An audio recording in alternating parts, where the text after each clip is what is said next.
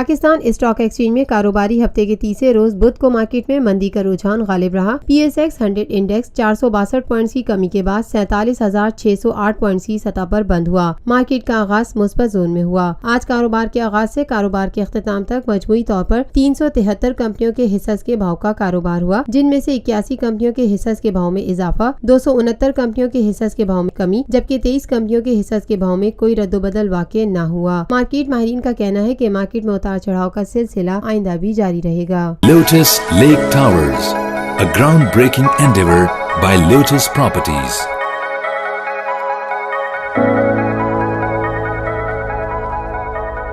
ملکی، بین الاقوامی، سماجی، سیاسی، تجارتی، ثقافتی، تفریحی، معلوماتی اور کھیلوں سے جڑی ہر چھوٹی بڑی خبر کا مرکز TNN TV۔